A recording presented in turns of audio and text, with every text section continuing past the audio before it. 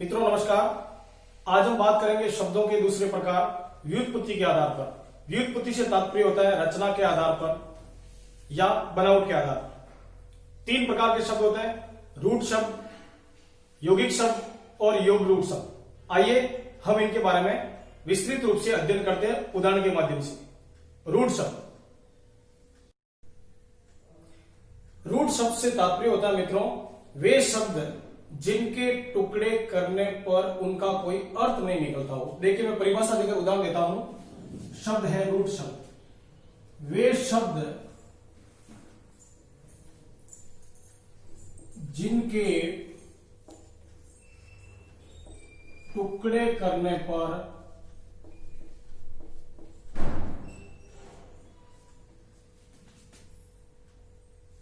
कोई अर्थ न निकले,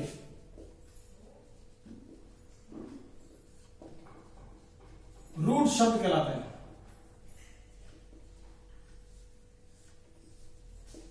मित्रों नाम से पता चल रहा है रूट हो जाते हैं कि वे शब्द जिनके टुकड़े करने पर कोई अर्थ नहीं निकले, जिनका कोई अर्थ नहीं निकलता है, वे क्या है? रूट शब्द। हम उदाहरण के माध्यम से समझते हैं किन शब्दों का अर्थ नहीं निकलेगा तब वे रूट शब्द होंगे। देखिए जैसे पेड़। मित्रों मैं उदाहरण दे रहा हूं, उदाहरण को सटीक रूप से पहचाने, समझिए। पेड़ एक मूल शब्द है, पेड़ का अर्थ होता है वृक्ष, पेड़। परंतु जब इसके टुकड़े करेंगे तो मैं लिखता हूं पे धन, इसका और इसका कोई अर्थ नहीं निकलेगा। क्या नहीं निकलेगा? अर्थ न निकलना।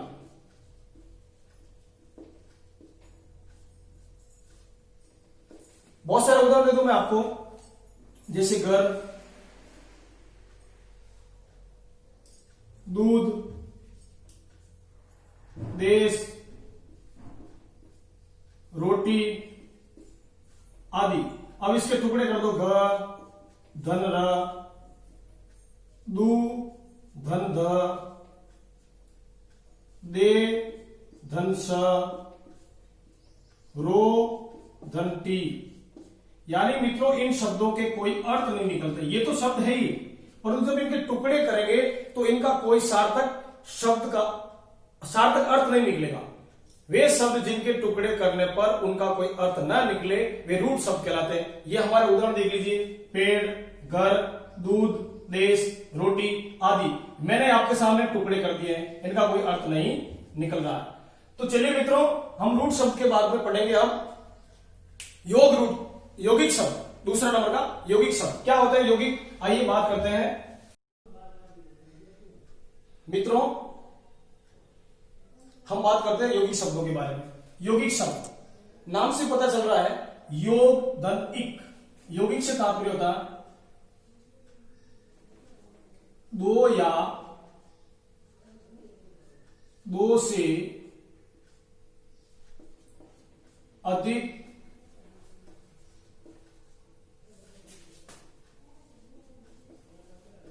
शब्दों के मेल से निर्मित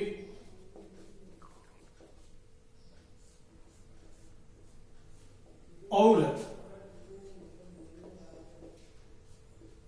जिनके टुकड़े करने पर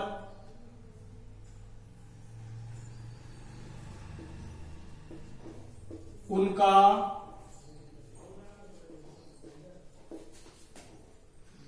अर्थ निकले,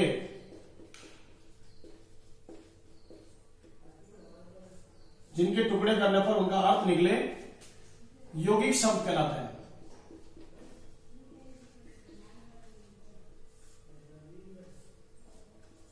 कहलाते हैं नाम से पता चल रहा है कि इसमें योग होगा।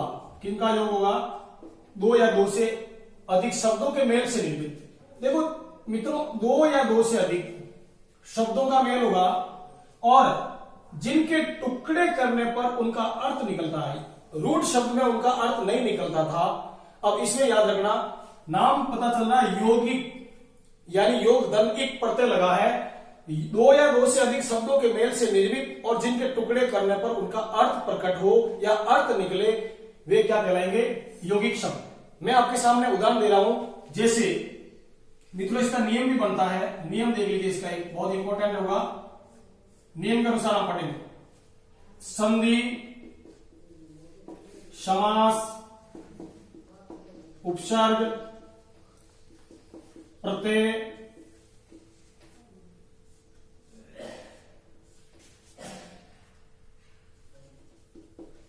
आदि से निर्मित शब्द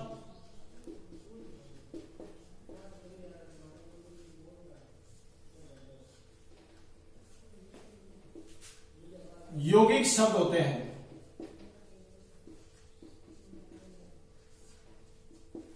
ध्यान रखना मित्रों,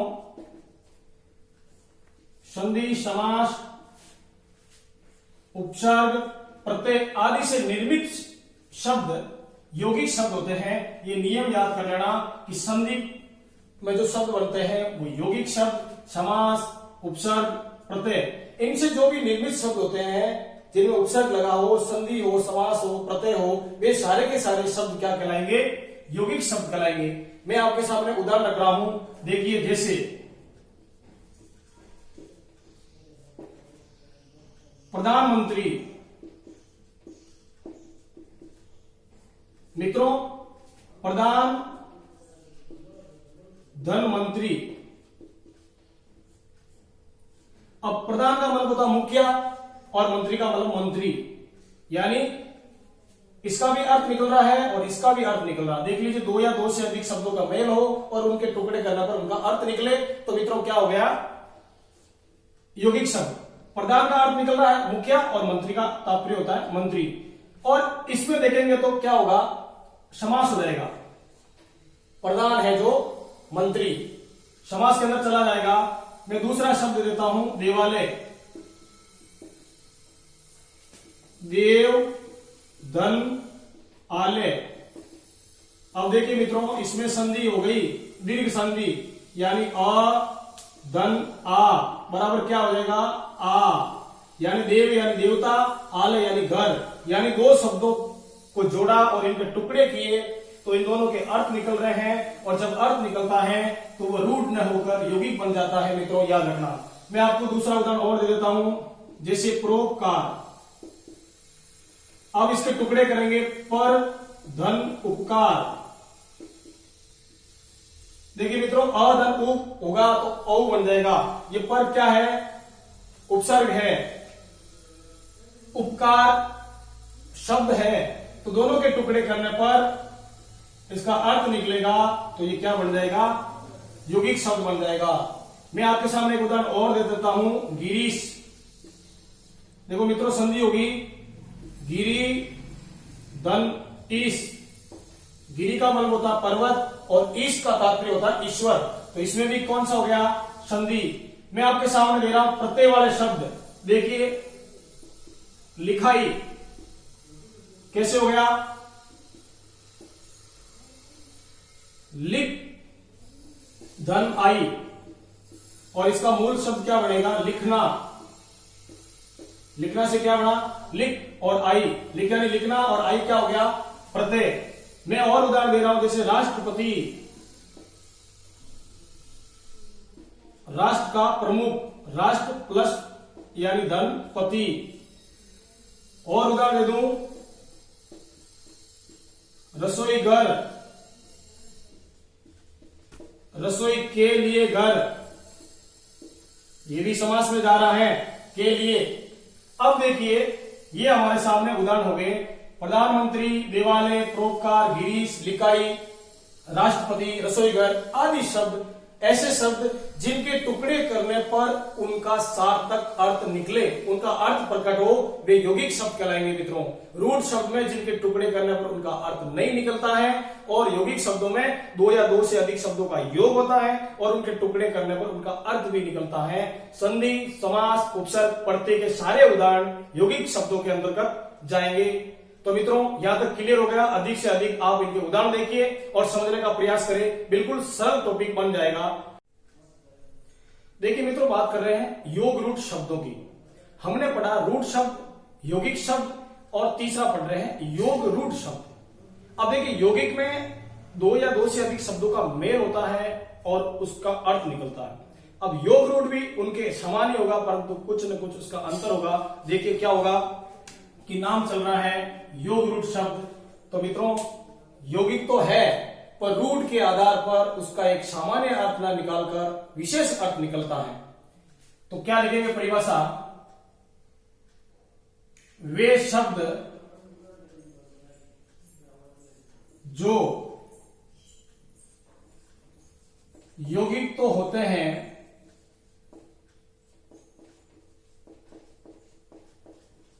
वे शब्द जो यौगिक तो होते हैं परंतु रूढ़ के आधार पर उनका सामान्य अर्थ न निकलकर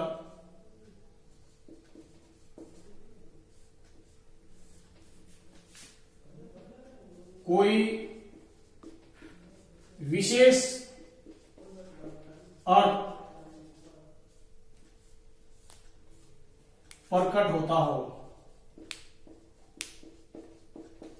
मित्रों देख लीजिए, यौगिक तो होते हैं परंतु रूढ़ के आधार पर उनका कोई सामान्य अर्थ नहीं निकलकर विशेष अर्थ प्रकट होता है। उन्हें या योग रूढ़ शब्द कहते हैं।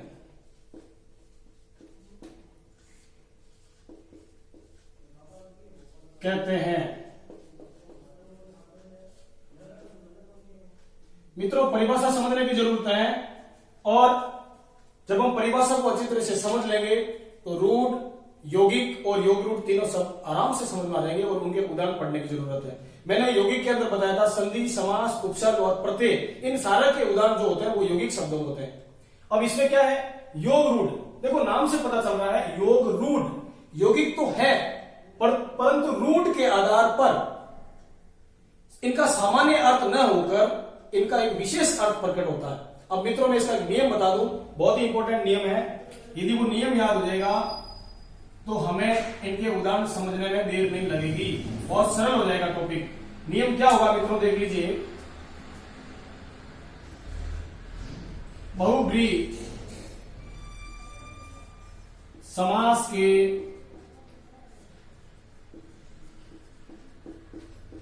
सारे उदाहरण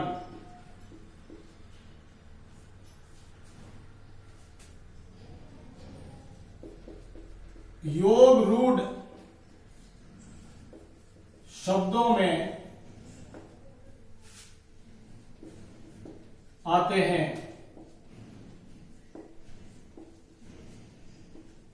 देखिए मित्रों हमें याद करना है बहुब्रीहि समास। क्या याद करना है, बहुब्रीहि समास के सारे उदाहरण। मित्रों मैं आपको इसका उदाहरण देने से पहले इनका अर्थ बता दूं कि बहुब्रीहि समास से तात्पर्य क्या होता है। बहुब्रीहि समास से तात्पर्य होता है कि वे समास यानी वह समास जिनमें उत्तर पद और पूर्व पद यानी प्रथम पद और दूसरा पद प्रदान न होकर उसका कोई तीसरा ही पद प्रदान हो, वे क्या कहलाएंगे, बहुब्रीहि समास। देख लीजिए मैं आपको छोटा सा उदाहरण देता हूं, दशानन।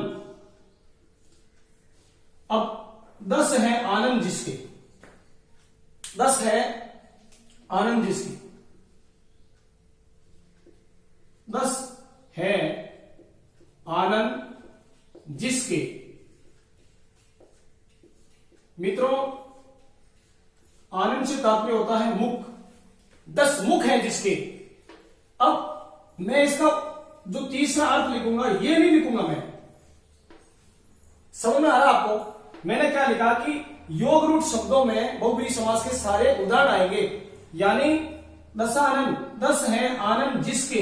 अब किसके, इसलिए उसके लिए कोई तीसरा अर्थ प्रदान निकलेगा, तीसरा अर्थ ही प्रदान होगा, यानी प्रथम पद और उत्तर पद प्रधान न होकर उसका कोई तीसरा अर्थ, विशेष अर्थ प्रकट करेगा, वो क्या कहलाएगा? बहुब्रीहि समास, और वो चला जाएगा योग रूढ़ में। समझ लीजिए मित्रों कैसे होगा कि 10 है आनंद जिसके, अब मैं वापस लिख दूं 10 आनंद,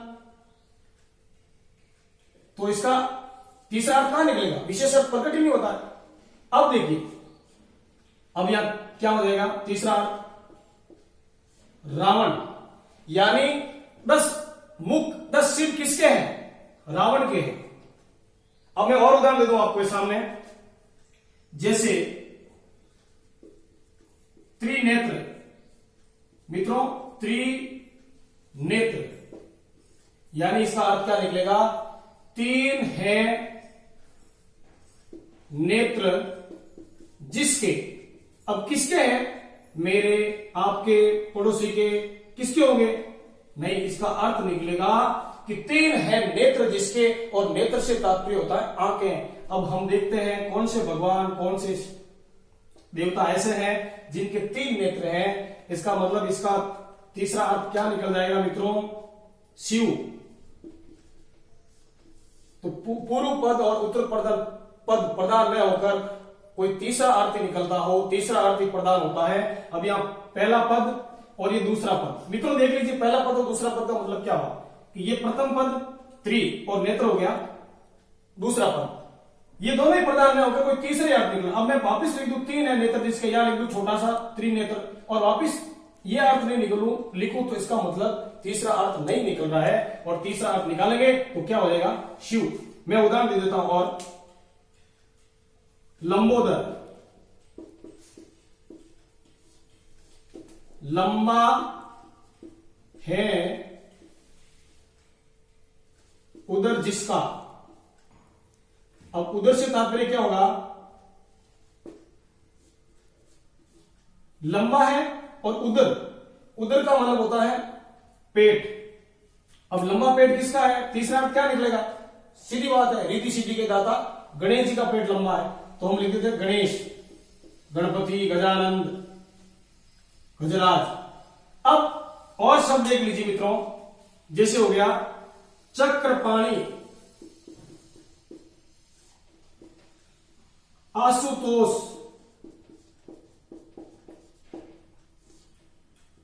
नीलकंठ, चक्र है पानी।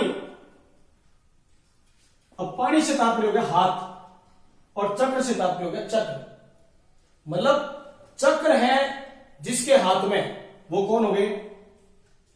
विष्णु।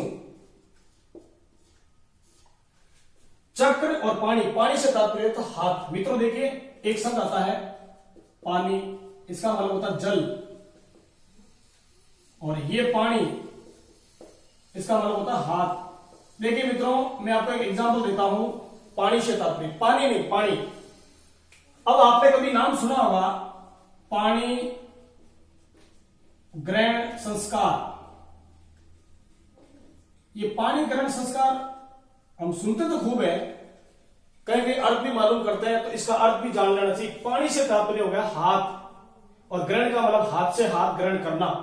ये पानी ग्रहण संस्कार विवाह कार्यक्रम के समय रीति रिवाज में आता है। अब पानी ग्रहण को हम अपनी राजस्थानी भाषा में बोले, मारवाड़ी भाषा में बोले, तो हम कहेंगे इसको हथलेवा। शादी में जब दूल्हा और दुल्हन जब मंडप के अंदर बैठते हैं, यज्ञ के सामने, हवन के सामने, तो वो पंडित होते हैं, वे दोनों दूल्हा और दुल्हन के हाथों को मिलाकर बैठाएंगे, तो वो क्या कहलाएगा? पानी ग्रहण संस्कार, यानी हथलेवा बोलते हैं। हथलेवा यानी दोनों हाथों को मिलाना, ये पानी ग्रहण। और इसी पानी से तात्पर्य क्या होता है? हाथ। तो जिसके हाथ में है चक्र, तो वो क्या हो गए? विष्णु। आशुतोष, आशु से तात्पर्य होता है जल्दी खुश होने वाले, वो कौन है? शिव। कि जल्दी जल्दी कौन खुश होते हैं? शिव। अब कैसे? कि शंकर भगवान के कई बड़े राक्षस, बड़े बड़े दानव, बड़े बड़ी तपस्या करते थे, और शंकर भगवान खुश होकर उनको वरदान देते थे, जल्दी खुश हो जाते थे। वो भोला बाबा कौन है? भगवान शंकर। तो तीसरा अर्थ निकल रहा है नीलकंठ, नीला है जिसका कंठ। शंकर भगवान जब कुंभ के घड़े की जो समुद्र मंथन की बात आई, और जो कुंभ का घड़ा, जो घड़ा था, कुंभ का तात्पर्य घड़ा होता है, तो कुंभ का मेला पड़ता हर 3 साल के बाद में, नासिक, हरिद्वार, उज्जैन और प्रयाग के अंतर्गत 3-3 साल के बाद में नंबर आता है, वही कुंभ का घड़ा। तो कुंभ जय का घड़ा, अमृत। तो जब समुद्र मंथन हुआ तो जो जय का घड़ा था उसको पीने का कार्य किसने किया? शंकर भगवान ने। और शंकर भगवान उसको पी के अपने गले में रोक लिया, और जब गले में रोका तो शंकर भगवान का गला कैसा हो गया? कंठ कैसा हो गया? नीला। इसलिए क्या कहा गया है? नील है जिसका कंठ नील, यानी नीला। किसका कंठ है नीला? तो मैं वो भी क्या लिख देता हूं? शिव। मित्रों अनेक प्रकार के उदाहरण ऐसे हो जाएंगे। मैं बोल देता हूं वीणा पानी। देखो चक्र पानी की तरह एक शब्द आ रहा है मित्रों, वीणा पानी। अब वीणा पानी का तात्पर्य क्या हुआ? वीणा से मतलब होता वीणा और पानी का मतलब होता हाथ, एक वाद्य यंत्र। तो वाद्य यंत्र जिसके हाथ में हो, ये कौन सा वाद्य यंत्र? वीणा। तो वो तीसरा अर्थ क्या निकलेगा? सरस्वती, यानी वाग देवी। इस प्रकार से अनेक ऐसे उदाहरण हैं जो बहुब्री समास के उदाहरण हैं, और बहुब्री समास के सारे उदाहरण किसमें जाएंगे? योग रूल में। यानी वे सब जो यौगिक तो है, परंतु उनका अर्थ सामान्य न होकर कोई विशेष अर्थ प्रकट करता हो, वे योग रूढ़ कहलाएंगे। और बहुब्री समास के सारे उदाहरण इस योग रूढ़ में जाएंगे। तो मित्रों व्युत्पत्ति के आधार पर हमने पढ़ लिए 3 प्रकार के, इनको क्लियर करिए, कोई डरने की जरूरत नहीं। बहुत ही सरल तरीके से हम आसानी से यदि कड़ी से कड़ी मिलाकर समझेंगे तो ये प्रकरण बहुत ही सरल हो जाएगा और हम आगे बढ़ते जाएंगे। वीडियो को अंत तक देखें, लाइक करें, कमेंट करें, शेयर करें, सब्सक्राइब करें। धन्यवाद।